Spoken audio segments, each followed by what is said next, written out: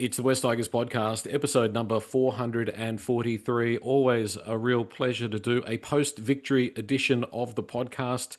42 points to 26, the final score in the first trial of the year up against the Roosters in Newcastle. Trailed 16-12 at the break. After 20 minutes, most West Tigers fans pulling their hair out if they had any hair, or certainly frustrated, certainly worried. But we came home strongly.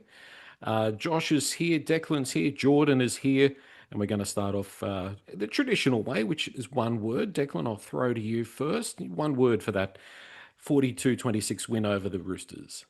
Hi, Joe. My one word is connectivity. I think that for a trial, like the two things you're looking for is that everyone's on the same page and kind of knows their role within the team, especially for the first trial when it's kind of this is probably the first time that a lot of those guys have played together in an actual game against different opposition. So, and then you're just hoping that like someone kind of like, like sticks their hand up and shows a bit of class and quality, which I think happened with you guys. But yeah, I was kind of worried a little bit that like I felt like sometimes last year, even the first grade team didn't quite know what their role was within the team. But I Mm. thought that like this young team looked really well organized. Like Madden did a really good job of like kicking, getting us in the right position. Haywood, when he came on, he was really, really good. Everyone was kind of offloading and like being alert to offload and reacting well Yep. and like running in the right space, which I think is a really good sign. So yeah, I think everyone was just on the right page and knew what they needed to do, which came in some really good tries, which was good. Connectivity, everybody pulling in the same direction. Yeah, I really like that. Jordan is making his debut for the year, first one for 2026. Hello, sir. What have you got for us? How you doing, guys? I'm going to go with youth. I think a lot of what we saw yesterday was our youth standing up. We all noticed the difference in hookers once Haywood came on, and then we all saw that magnificent finish from Tavana, which was incredible. But there were some young forwards and like Tapau Moores, but also one that caught my attention. I keep looking at his name, and I always end up forgetting it. But that's because he's got two first name, or first and last name is Luke Jack, the Yes. 21. I actually was quite impressed from what I saw with him. Just a bit of a hard nose, ran hard, hit hard, and Yep. yeah, just some good youth on show, which was great to see. On my notes next to Luke Jack, I've got busy. I thought he was busy. I thought that was good. Mm. Good to see. Yeah, and it's great to see these guys that you've never seen play before. You don't know what to expect at all, and to come away and think, I can see a little bit in that guy, or I really like what that player brought, etc. How about for you, Josh? So we've got connectivity, we've got youth. What did you go for? My one word is Makasini. I Makasini. thought that was really the star performance of the day. Not Yep. just the three tries, but the big runs out of his own end. The fact that he was taking on, if you check out the four centers in that match, they were all more experienced first graders, and he was up against Tommy Talau, Mm. who's played 60, 70 first grade games, and he just blew them away across field. He looked like a man playing against boys, except now he was actually playing against men. So, Mm. yeah, definitely. My one word for the week was Makasini. Well, I reckon we'll talk about Makasini straight off my one word, which is potential, which I think, on the West Tigers podcast forum, that word has come up. I've got all the listings for all the contributions of the one words after the win, but potential.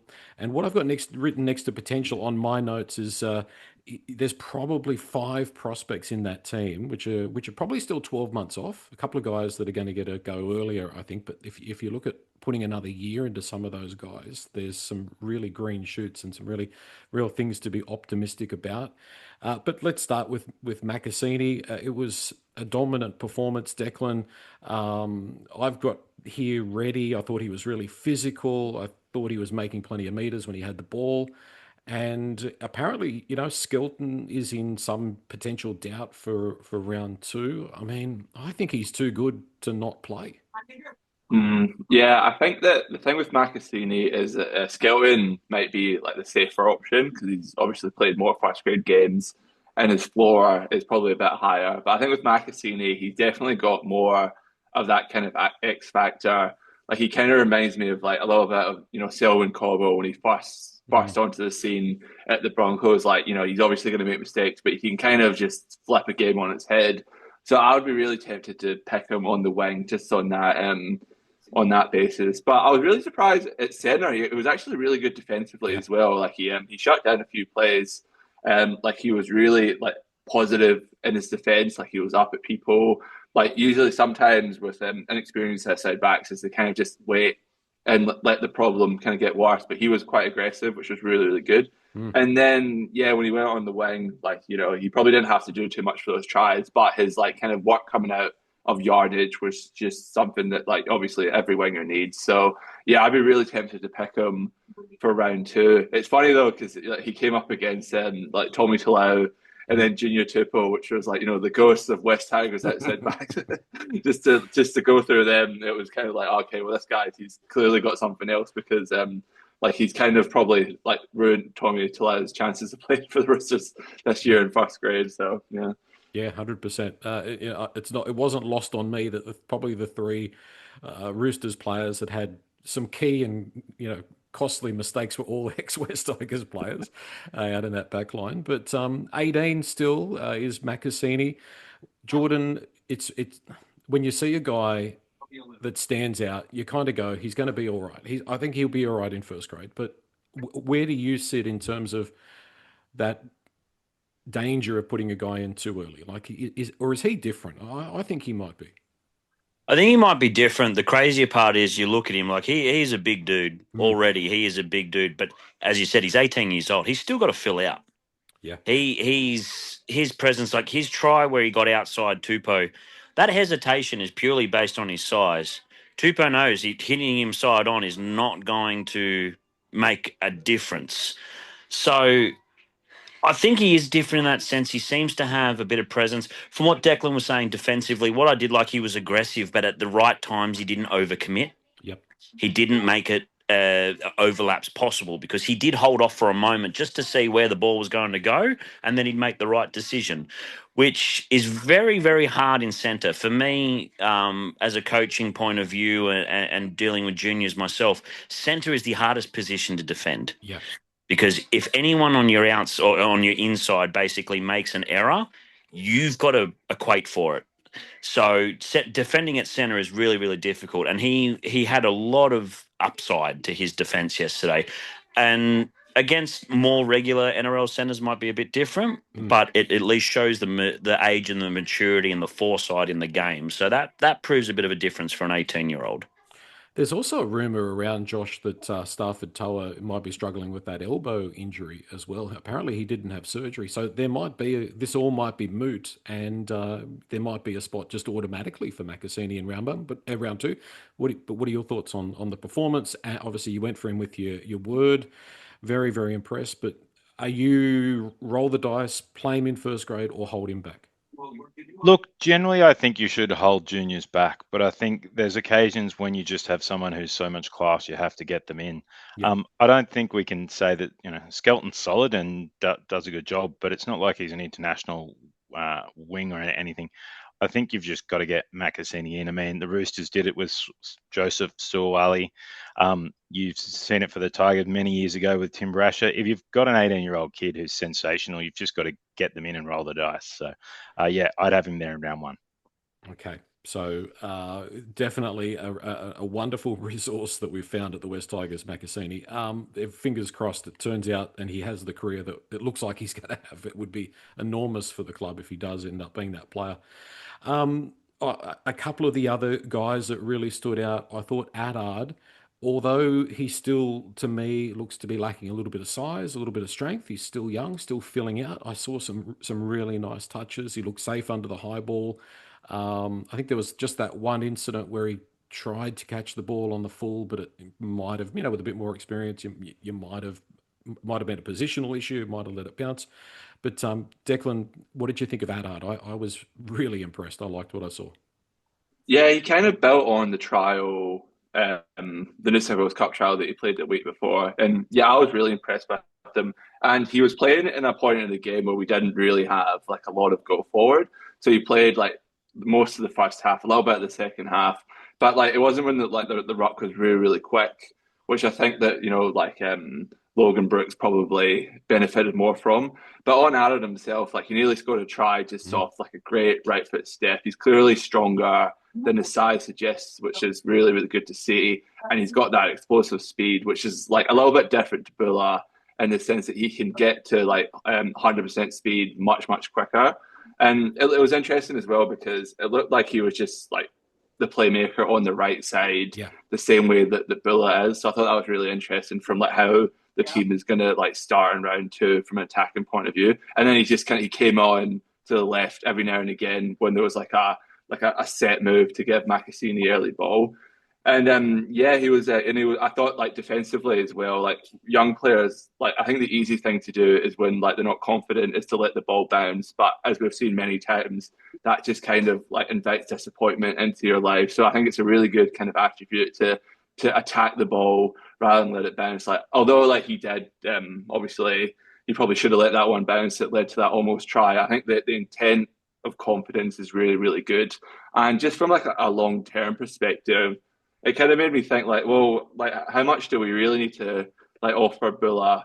You know, like is this kind of like we can like obviously we want to keep Bula because he's an established first grade player, but like if we're gonna in a position where we have to pay Bula like $1 million plus, or we can keep Bula for one more year, then someone like Attard is like another year developed. That could be like a more that option looks a little bit better to me at this point. So yeah, just something to keep an eye on because he did look pretty good.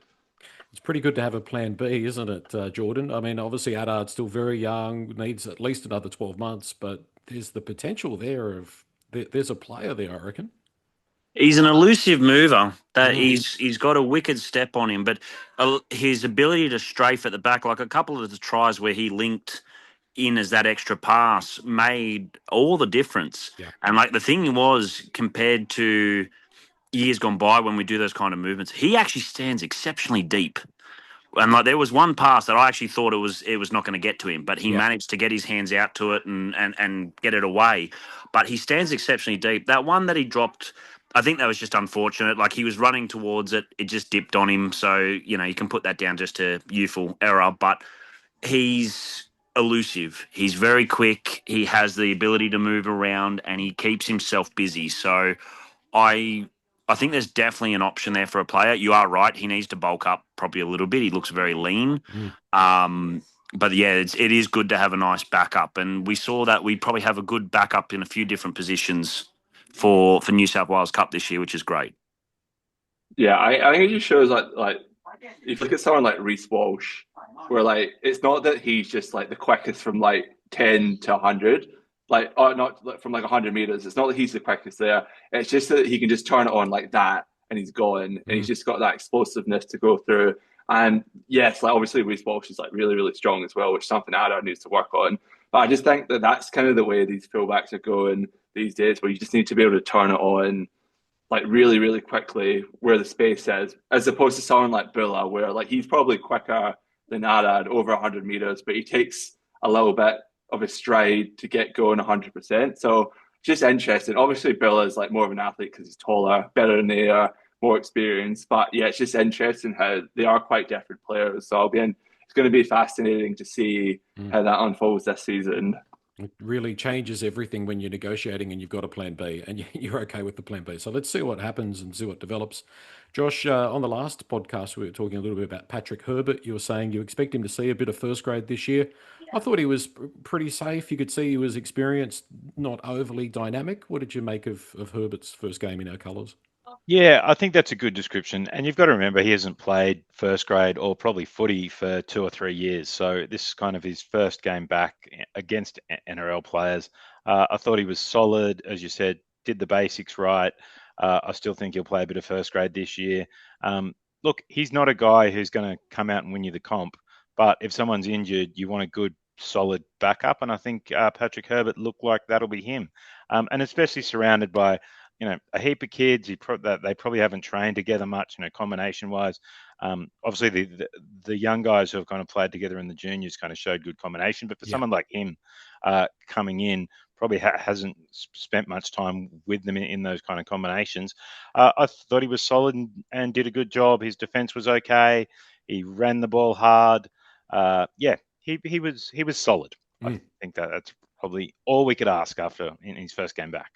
And look, I mean, you probably compare him to the guy that he's probably replaced, Brent Naden, where, if what I saw of Patrick Herbert, he can replicate week after week, which is consistent, not giving away silly penalties, turning up and performing at a certain level consistently, then we've probably traded up, haven't we? He might not be as flashy as Naden occasionally is, but, it seems like it might be a pretty good deal that we've done. And you do lose the Brent Naden brain explosions that happen every game. So that's always a positive. Yeah. And the more he seems to try not to do it, the more he seems to do it. Now we've only got Seyfarth with the brain explosions. Let's have a quick look at the West Tigers podcast forum one-word submissions. Tiger Stu went for depth. Sorry, guys. Something caught in my throat. Tiger Stu went for depth. We thought we saw it. We thought we had it. We saw it. Now we believe it. Peter A's word is depth. Players that can put pressure on first graders. Also great to see a happy group of players. Mac Tiger's word was un-Tigers. It was an un-Tigers-like performance. We toughed it out with and without the ball, didn't panic and supported each other. Snake said halfback. Jock is the first genuine half we've had in years. And he says, over to you, AD. So that's good. A little bit of pressure on each other. Teddy S regrouped after a poor first 20 minutes. Osmo 7's word was hope. Not Tristan, but for the season. Better options being found than Hope and Mason. Tigersman promising an honourable mention for the work of Charlie Murray. Tiger Alex pressure. Some of these guys will put pressure on the top squad. And Tiger Symmetry composure. Never looked overawed or despondent. Tavana, Declan, is a name that is definitely not a household name at this stage, but he's been everywhere in the last 24 hours after that remarkable performance. But apparently he's got some skills in his kit bag that he brings out, like what we saw in scoring that amazing try. Yeah, I mean, he's been kind of a probably like a not like a star, but like online he's developed a bit of a reputation for like scoring like really like impressive athletic tries and like Jersey flag especially. I think like he's 22 years old, so he's clearly a bit of a late developer.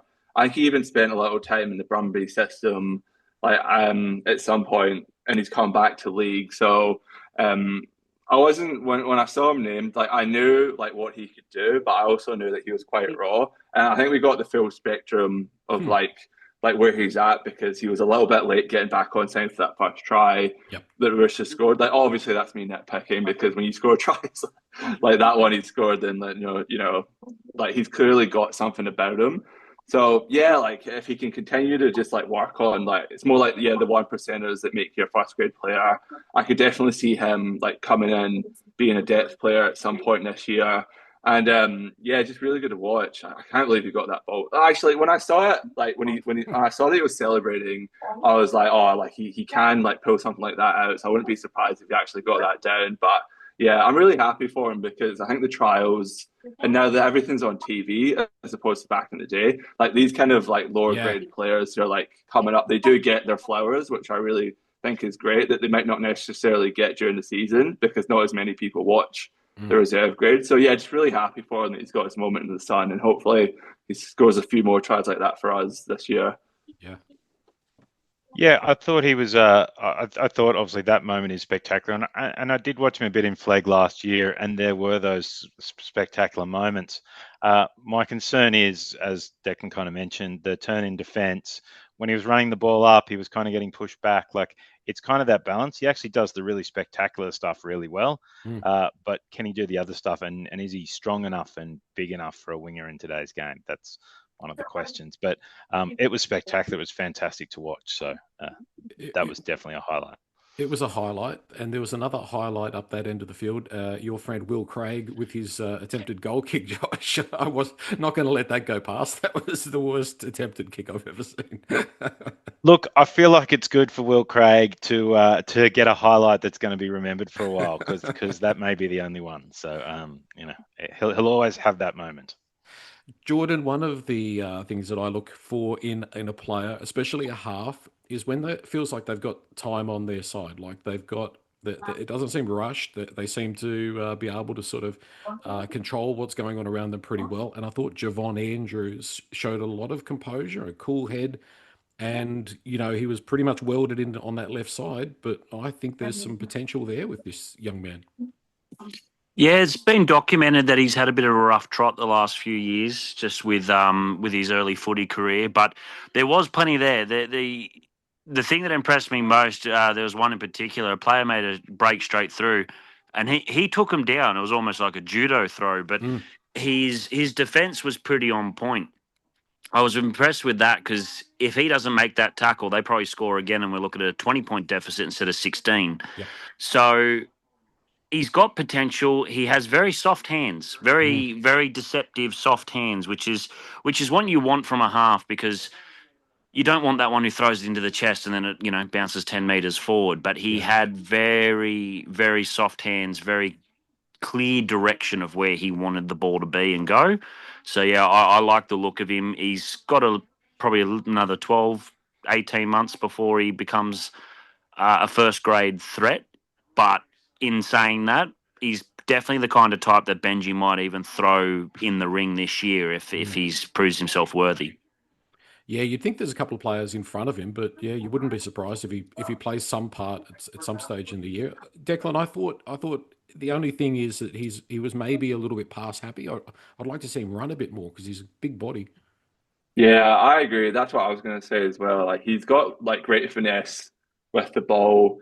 There was one with Makasini as well where like Tlau just managed to get a touch on it. But if it went to Makasini, he probably would have scored as well because um Andrews just managed to like hold it up just well enough before he passed it. I think as well like the only game I saw Andrews play was in that under 19s Origin game, which Yeah. was really like block shape heavy. It looks like he's kind of been asked to more play a little bit flatter, which is probably why he's had some like good moments of class, but I wouldn't say he's been like as like dialed in as like when I saw him in that Origin game. So I think that would just take time. I agree with you, Joe. I'd like to see him run the ball because that'll just open more up for him. And Madden was also doing like the majority of the kicking as well. So he wasn't getting involved from that end. But like from a young player, I think he did everything that you'd expect of him. Like he defended well, he showed a bit of class, good connection with Makasini, and there's definitely something to work there with. And then hopefully as he gets more experience this year, he'll run the ball a little bit more. And then I do think we could see him like with a debut at some point this year because he like in terms of his like body composition, like he does look like he's like got the size where you could play first grade this year without going through another preseason. So yeah, but like, I think there's so much potential there, and I think that's probably been a little bit harsh because we know that he's got definitely the talent to be a first grade player. Yeah, yeah. There's a player there, I think. Jock Madden. We've seen Jock Madden before. Mostly sort of played off the bench. I know he started a few games for us, but he's come back, Josh, from the Broncos. I think a better player, more rounded player. How could you not? You go up to one of the best systems. You're playing and learning from Reynolds and the like. I mean, you come back. You're a little bit older as well. I like that he was popping up on both sides of the field. Kicking game was pretty good as well. He's going to put pressure on Dewey, I think. I felt like it was good to see, we were talking last week about having lots of 5'8s. Well, we have a real halfback in Jock Madden. And as you said, I don't expect him to start the season, but he kicked really well. He found the ground with almost all his kicks. Like the positioning of those were great. He led the team around the park. He put blokes in good positions. He set up a couple of tries. I mean, you couldn't ask more for a guy who was captain on the day, probably the experienced player. But as you said, he's been in Brisbane. He's learnt off Adam Reynolds. He's come back to spend time with Benji and Jerome. I reckon he's got, as injuries strike or these things happen, I think he'll come in and do a really good job as the year goes on. And he kick conversions really well, also, which is something that we don't always have. So yeah, it's something to keep in mind. Jordan, obviously we're up against a much more, a significantly better team this time around against Penrith. But do you give Jock Madden some time? Maybe Dewey first half, Jock Madden second half. See how he goes with Luai. See what it looks like. Yeah, definitely. The thing I think actually Jock Madden was probably one of the most important players for us yesterday. we were getting dominated by the Roosters in the forward pack. Like they had a few more experienced forwards, Yeah. but they Big were boys. rolling. Oh yeah, and Mm. they were rolling up the field, and that's what was hurting us. Mm. But his kicks in the corner and the ones that were finding the ground, as Josh said, that turned them around. And in warmer conditions and everything else, that started to wear them down. And you saw that. Like even when Roosters made their change, when we started to get back on top, Robinson started making changes and bringing those players at the start back on because he could see that we were just wearing them down, which is not a very Tigers thing to do. Yeah. But that kicking game turned it around, and I'd actually like to see that against a more first grade heavy trial against Penrith. Mm. Dewey's got a big kicking game, but I thought Jock had a smarter one. Yeah. Yeah. Is there any chance that Dewey plays 13 if Madden goes really well? Is there any guys got any love for that? I think it Oh. should have been. I think that should have been the first option. If it wasn't for the Latu being injured, I genuinely think Adam should have been the 13 for the whole preseason. To be honest, Right. I think if we struggle like offensively the first like few rounds, I could see that being the first switch to come in. But I would be very surprised. Like Benji pretty much said that like Dewey's going to be the 7 going into round 2. Mm. But yeah, you never know. Like if Jock Madden just comes in and like we smashed Penrith like a full strength Penrith team, then you can't really like dismiss that, can you? So yeah, I mean, no, it was good though. It was good to see him back in the club though. I agree with everyone. Like it looks like he's really developed at the Broncos and just like getting like a good consistent amount of like Queensland Cup as well, which is kind of considered like a little bit better the New South Wales Cup. So yeah, like it definitely showed the experience, and he'll definitely play 7 for us like quite a bit this year probably.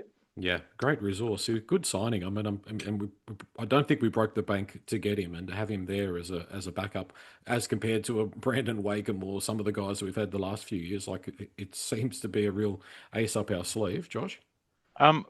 Do we think that with Latu out for the first 4 or 5 weeks, if Madden plays well again next week, could he come onto the bench and do that 14 role and give Appy 15 minutes and then be available to replace the halves? I mean, he's got skills. He can, he should be able to play hooker.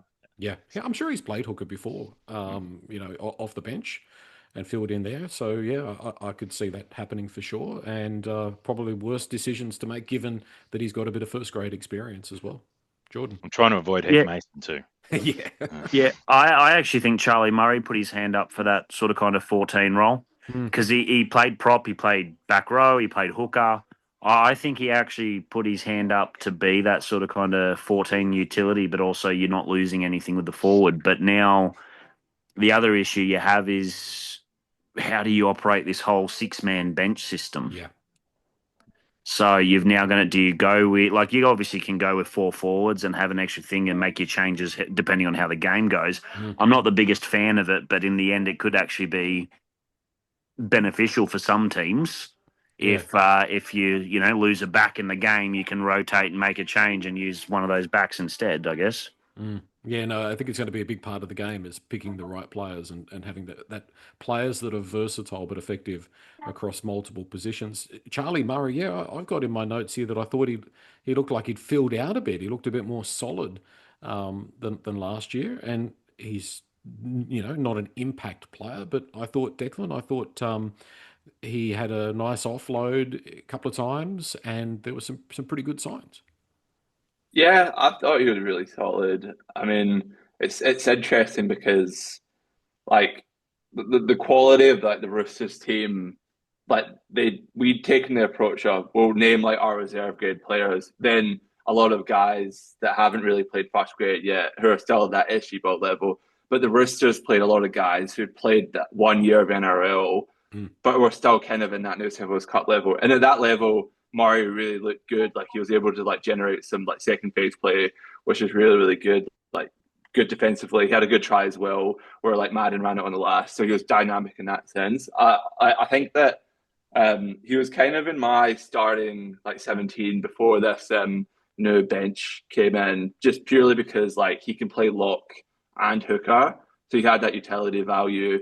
So I'm not really sure how that changes, but just purely we don't have like a lot of great options. I'm a bit similar in the fact that I don't love Heath Mason at the moment coming off the bench. And then with Latu injured, who would have been starting for me at that 14 spot, I think Charlie Murray, he's probably like makes the most logical sense to play that utility role, because then you still have a middle forward as well if everything goes to plan. But then he can kind of just come in and make his tackles to replace Happy. So I think like he's probably done himself a lot of benefit to start in round two. Yeah, we'll have to wait and see. I'm surprised you had him that high up as in your 17 to start the season. But yeah, I think Benji's a fan. I'd probably pick him over Seyfarth, to be honest, myself. But, I'm not the world's greatest Seyfarth fan at the best of times. What about Kitley Lilly? Jordan, there's been times where we've let young forwards, young props go, and then they've matured somewhere else. Maybe Tom McHaley is an example, perhaps. Is he worth sticking with, do you think, Kit? Is there something there? The kid has potential. That's the frustrating part. And you saw that try and the way he ran, and he's a nuggety style and he has that ability to be impact. But from something I saw at a preseason training, he is incredibly unfit. Right. Like with when they do this sort of kind of running drill at the end of training, and if one player doesn't make it, the whole team gets punished. And at the end, literally the entire team was behind him, pushing him. And I mean, Right. physically pushing him to try and make the time. It was a hot day, and certain people don't do well in the heat, and that's fine. I think he has massive potential, but he doesn't seem to have the right application for a consistent NRL player. So it could be, wasted talent, or he needs to be in a system, or he needs a change for a wake up. But especially now with his brother leaving, I don't see him being at the club past this season. Yeah, it seems to be what the feeling is. Josh, you've put a line comprehensively through Will Craig and Heath Mason. What about Tristan Hope? Not to see NRL this year, hopefully. Look, I made my notes and I had Tristan Hope, no hope. No hope. That's kind of where I think that's at. And I think what I really noticed is Haywood came on, and obviously he's missed the first 2 minutes, but everything. it changed the speed of the game. It changed the whole match for us. We talked a little bit about, the backup. Look, if Appy goes down, we'll probably have to find someone else because Haywood's young. But if I had to choose between Hope and Haywood, I'm throwing Haywood in, every week. I thought Hope, he's a solid kind of Queensland Cup, New South Wales Cup, makes his tackles, runs around, but his passing isn't as good. He just doesn't have the same energy. I think, as you said, I've kind of got rid of Will Craig. Heath Mason's on the edge, and Tristan Hope is no hope. So, gone. Only the second podcast, and you've already got your own shredder, and you're putting these guys through the shredder already.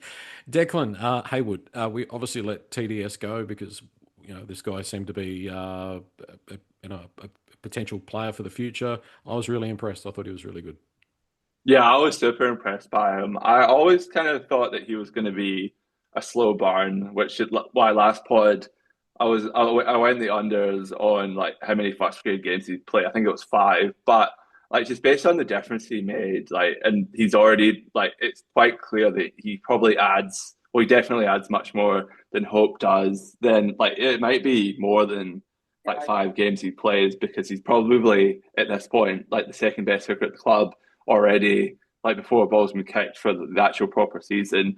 And yeah, just like what everyone else said, like he just like, even when he's not like running the ball, like his speed that he gets to his playmakers is like really, really good. He's just more of an, like, you can tell that he holds up the markers better. And then like he looked really comfortable when everyone was offloading around him as well. Like sometimes the playmakers can get a little bit frazzled, but he just like, he knew when to like push another offload or spread the ball, and he like kind of knew when to like settle it. And then, when he got a little bit of open field play for that try he scored, he was athletic enough to get it done, get over the line, beat the guy, and then put the ball down under the post, which was what I was always a little bit kind of worried with, because coming through the grades, I thought that Talon De Silva was much more athletic, but Haywood was like smarter, if that makes sense, because Haywood, he was originally a half. He played a lot of half for like Blacktown Patrician Brothers and the GIO Cup as well. So that's kind of, he has a little bit of a different background. And then Talon was just like an athletic freak coming through. So it's really good to see that Haywood's kind of like worked on that, and that like even like at this like level, he looks like he's like quick enough and like kind of like has that X factor to be able to make something happen when there's a bit of space. Mm. So and like he's definitely smart enough as a, like an IQ perspective to play in NRL. The only thing I think that like defensively, I think that try that Javon Andrews stopped was kind of Haywood's fault. Like he Yeah. kind of like the guy stepped onside and then managed to like palm his chest, and that's what created the line break. So that was just one thing. Like defensively, he did really well, but I think he was only asked to make 12 or 14 tackles. But like when you play first grade, like we know we've seen Ape, he's had to make like 50 plus tackles in the first grade like spot. So that's probably going to be the big test for Yeah. him going forward, is just to like be defensively sound all the time when Yeah. he does play first grade. But like offensively, he showed that he's definitely really, really close. He would be in my like 5 or 6 prospects that we saw that I think needs at least another 12 months, ideally. Jordan, do you see Haywood? We haven't discussed him, you and I or us. We haven't discussed him in terms of 2026. Did you like what you see? Do you think he jumped Tristan Hope as a backup or a potential backup? Or, how do you see his year panning out? I don't think he's jumped Hope yet. He still needs to fill out as well. He is still quite petite for a hooker. He's got good attacking finesse. Everything you've seen in the junior grades, he's got a good footy brain. Um, I know a lot of fans weren't happy letting De Silva go, but if you watch the trial from today, there's literally the one try the Sharks scored. De Silva literally watches the bloke run past him. Right. So defensively, I think that'll come as he builds and gets a bit more maturity in his footy career. But I would not. He's not the type of player I'd be throwing in this year just yet. The problem with Hope is he's too slow. He doesn't bring players onto the ball. Mm. He is very in. There's sometimes, and I know people go, "Oh, he passed the ball quick," but he's still very indecisive. That extra 1 or 2 seconds that he does takes away a lot of time for your offensive players to get a move on. Yep. I think, in all honesty, I actually don't think probably Hope will end up being our backup hooper. I think it'll be more Latu or Murray as the year goes on. Yep. But I wouldn't be throwing Haywood in this year unless we had some serious injuries in the hooker department. Yep. Yep. Give him a bit more time, but Yeah. he looks to be somebody that's well worth sticking with and to be excited about for 2027 and beyond. Anybody else in the forwards or anybody else? I mean, we mentioned Jack, of course, busy. What about the redhead Logan Brooks? I thought he also was a bit of a willing customer, Josh. Yeah, I thought he was good. I mean, you come on in that last 20 minutes of a kind of second grade, as it kind of was trial. The game does open up a bit, but he put on a good step to score a try. He ran it back hard. I watched him in flag last year when he came in. He kind of changed the game for the team down there in flag. My thoughts are though he's probably a fullback, and with Attard kind of starring, kind of where do they both fit? Like Yep. I'm not sure. They're about the same age. We've signed Attard for 3 more years, so I don't know where they sit there. Like Brooks looks like quite a little bit bigger though. Like could he transition like a center or a winger maybe? I'm not sure, but yeah, I do get what you mean. Like it's good competition though, because like we obviously like prioritize the one that looks best in the New South Wales Cup, and that's clearly going to make them both like better players. So yeah, but yeah, Brooks was really good. I was impressed with him also. I thought Tapau Moores and Broadalow looked decent.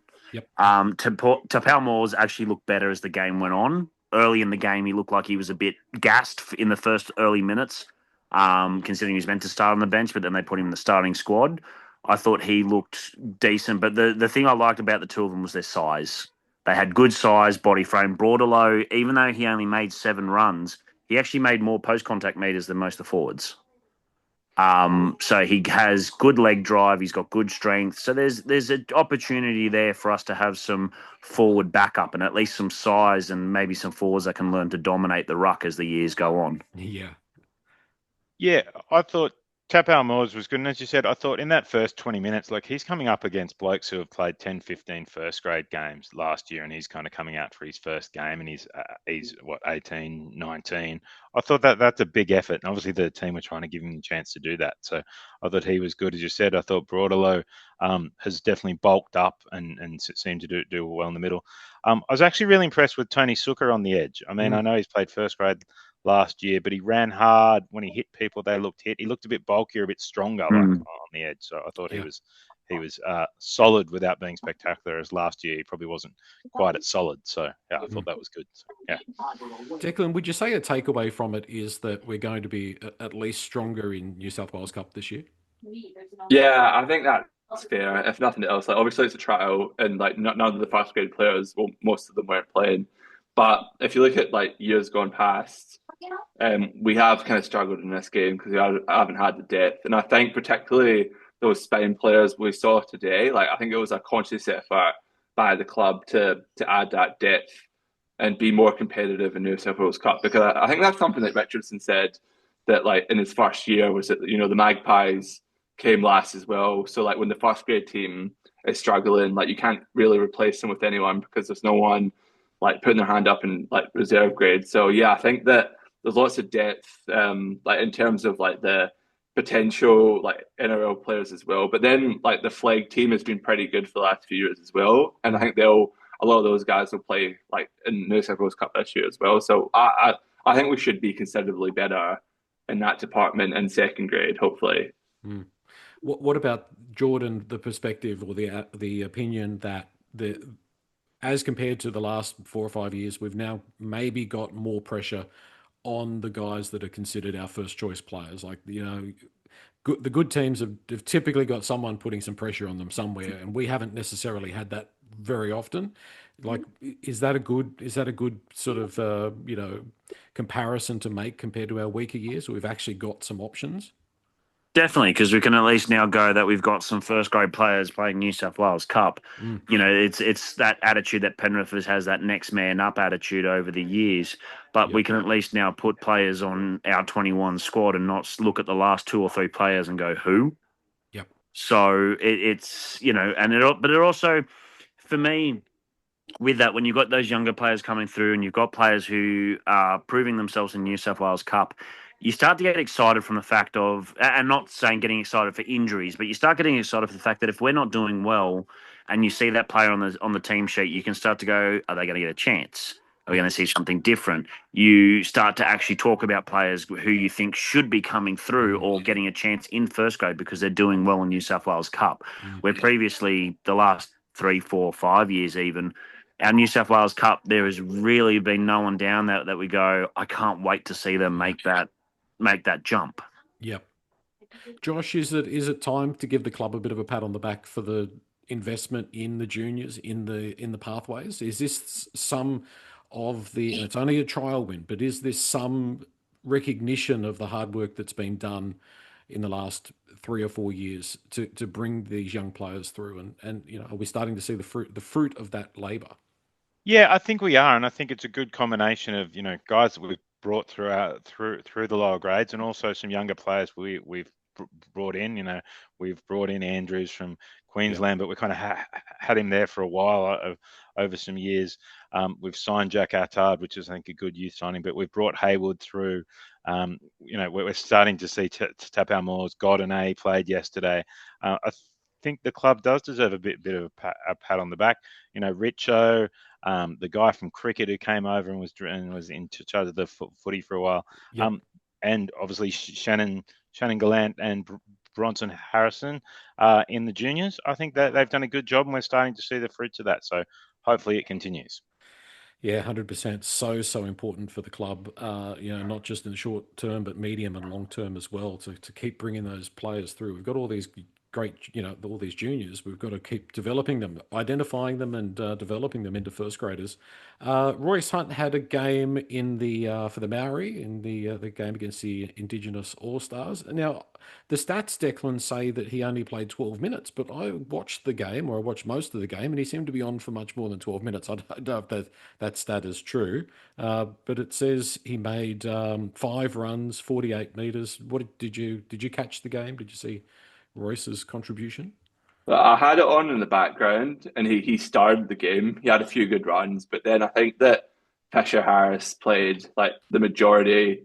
Like he had a big stint, and then he came off at the very end, and then Royce Hunt went back on. So I don't think Royce played like massive minutes, and I'm not sure how impactful he was in the second stint. But because I think Leo Thompson pulled it early, Yeah. pulled it at the last minute, and he was supposed to start. So there's clearly like a reshuffle there in terms of maybe the minutes that Hunt was supposed to play. So I'm not sure. Like he's done like it would have been good if he played like 50 minutes so that we could kind of put to bed like his fitness. But it looks like those question marks might still be there going into next week. Yeah, I wouldn't be too convinced on those stats. I mean, it also says that Trey Mooney only played 13 minutes. So the Right. fact that it's saying the two starting props played 20 minutes or 25 minutes between them, I don't think is quite right. So maybe the Yeah. NRL stopped watching after the first few minutes and Yeah, exactly. didn't update them. So, yeah. Look, 5 runs and 22 tackles in 12 minutes. That's a hell of an effort for a big forward. Yeah, that's true. He was busy, but he wasn't that busy. No.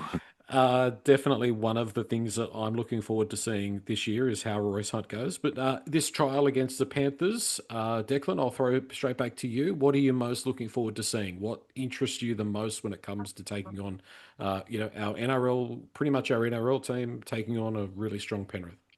The thing that I'm maybe not like looking for, like obviously going to Leichhardt is always it's at Leichhardt, isn't it, on Yeah, Friday? Yep, yep.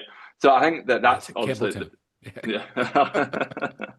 Oh God, no, no comment there. But I think that the thing that I'm most intrigued to see is if we can play kind of that like open style offloading, more principle based as opposed to actual structured type of footy Yeah, against a really good defensive team in the Penrith Panthers, who are the exact opposite, where they're almost like robotic in yeah, the way they go about things. So just to see the kind of the conflicting ideologies and to see if we can like implement it in an effective way against someone who's probably going to like come close to winning the comp, in mm, my opinion, this year. That's what I'm going to be really intrigued to see, and hopefully it gels as well as it did for the second graders than it and the first graders kind of show that like they're all on the same page as well in terms of that connectivity kind of thing I spoke about at the start of the pod.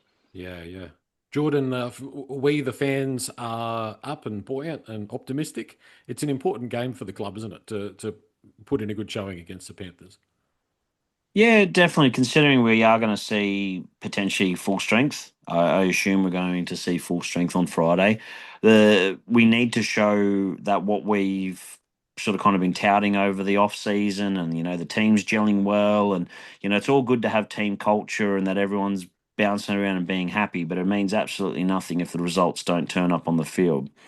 The thing that I'm most interested to see is our red zone attack. Mm. We have lacked that ability to convert inside the 20.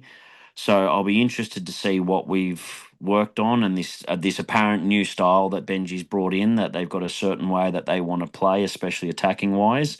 I was left very bemused from the couple of training sessions I've watched in opposed sessions. We don't look like we've changed much. So I don't know Right. if they're hiding things or they're keeping Yeah. that for closed sessions. I'm not sure. Yep. But from what I've seen, it didn't look like it changed much. We're too flat. Yep. And we're not playing, the halves weren't playing as direct as they should have been. Luai was doing his normal bouncing around and looking Yep. for that hole type thing. But I'll be interested more or less to see if our red zone attack has improved. Yeah, you're bringing back memories from last year of just going side to side and side to side and not getting anywhere. But yeah, okay, that's interesting. Good points, Josh. What about for you? I'm really looking forward to seeing how we played that lock roll. I mean, we even saw yesterday it was Tapau Moore as a big forward, and then we brought Heath Mason on kind of to play and Charlie Murray. I'm really interested to see how that goes in first grade. And we talk about styles, there's kind of the first 20 minutes when we're going to be, pushing it and it's a trial and everyone will be working hard and we'll probably have Twal on. What do we do after that, and who kind of comes on, especially with Latu out injured? I've heard some whispers that maybe it's Mav Gaia who'll be playing some lock next week. Okay. So I think that'll be an interesting one. And also then who comes on and kind of plays that ball play? If we are going to play a different style, who's if Dewey's not in the middle, who is playing that ball player kind of directing either side? So that's the thing I'm really interested in for Friday night. So. I'll be interested if Mav Gaia does play. I've been to 3 training sessions since sort of kind of started January. He's been in the recovery team every time. Right. Okay. So I haven't seen him actually do an opposed session up to about 2 weeks ago. There you go. The whispers could be very wrong. Yeah. Jordan. So, yeah. Well, when we talk about the 13 position, Alex Twal just puts his hand up and says, "New contract, guys. Give me my 13 jersey. I'm here for the long run." I'm looking forward to seeing how we go physically. Have we improved that physicality? What does Kai Pearce-Paul bring? What does Bunty Afoa bring? Terrell May, Taylor May, first full off season. Hopefully they take their amazing game even slightly better. That would be fantastic. I'm really looking forward to it. What about the controversial call, Jordan? If we beat the Panthers and then we've got a bye in round 1, does that make it 3 in a row? Oh, that's a stretch, I think. It's I think it's too early for the 3 in a row talk at the moment. I'm praying upon all hope that we make that 3 in a row, because then it might go away. It's sort of kind of following me like a Definitely. Like Alex Twal scoring when he couldn't score a try. That's what you're famous for. the dark memories of me having a multi involving Alex Twal the week before he scored his first try. But no, I don't think that'll count in all things. That bye didn't count, so no, I don't think it will. It'll be interesting if we do get through Penrith. I hate the fact that we have the bye the first round. Twice in however many years, and there's 17 teams in the comp, is just again the NRL proving their lack of vision when it comes to the draw in certain aspects. But I think if I look in my crystal ball and I look to in 12 months' time, I might be packing my bags and heading to Mascot and heading over the Pacific Ocean. That's my feeling, to see the Tigers in Vegas in 2027. That's the gut feeling that I've got. So would you guys go? I've been thinking about this. Like, I really wouldn't be keen to go to America, but Vegas is a bit different. I know it is America, but it's kind of Vegas. Vegas is the worst part of America. Don't judge I know, America but by it's Vegas. fine for a weekend. Look, I think I'd love to go. I'm not sure how my wife would feel about that, but I'm very keen to go. It's kind of a once in a lifetime experience. So yeah, love to be there. Yeah, it is once in a lifetime for sure. Yeah. We'll wait and see. I think it'd be exciting. I think it'd be exciting for the club, but we'll see what happens. Last question: what did we make of the jersey? We all watched it on TV. None of you guys went up. I thought it looked good. I thought it looked a lot better than it does as when you see just the stationary picture of it, Declan.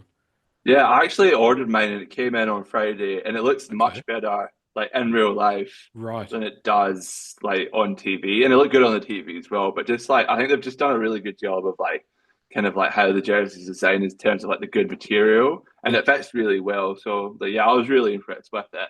I think I gave it like a 4 out of 5 when you asked me before, but I think I would move that up to like 4.5 just seeing it like in person. So yeah, I thought it looked great on the TV, especially as I said last week. The jersey always looks better when you're winning, and we were winning, so I thought it looked fantastic. But it really kind of stood out. I thought it looked good, so I'll probably off to get one this week. The way it blends in with the shorts is probably one of the best parts. Like, it is probably one of the most all-together jerseys out there. I'll be interested to see how the white jersey comes out on TV, but at least we actually look like the Tigers and not like the Raiders, who look like the Bulldogs. Yeah, that was really funny though. That jersey that they wore in that trial. If you squinted it slightly, it looked like the Bulldogs for sure. All right, boys, thank you very much for the pod tonight. And we will wait and see what the team is on Tuesday. We might try and do a pod in the middle of the week to talk about the Panthers game. So thanks a lot, guys. Sounds good. Thank you. Thanks, Bill. Anytime. Thanks, mate.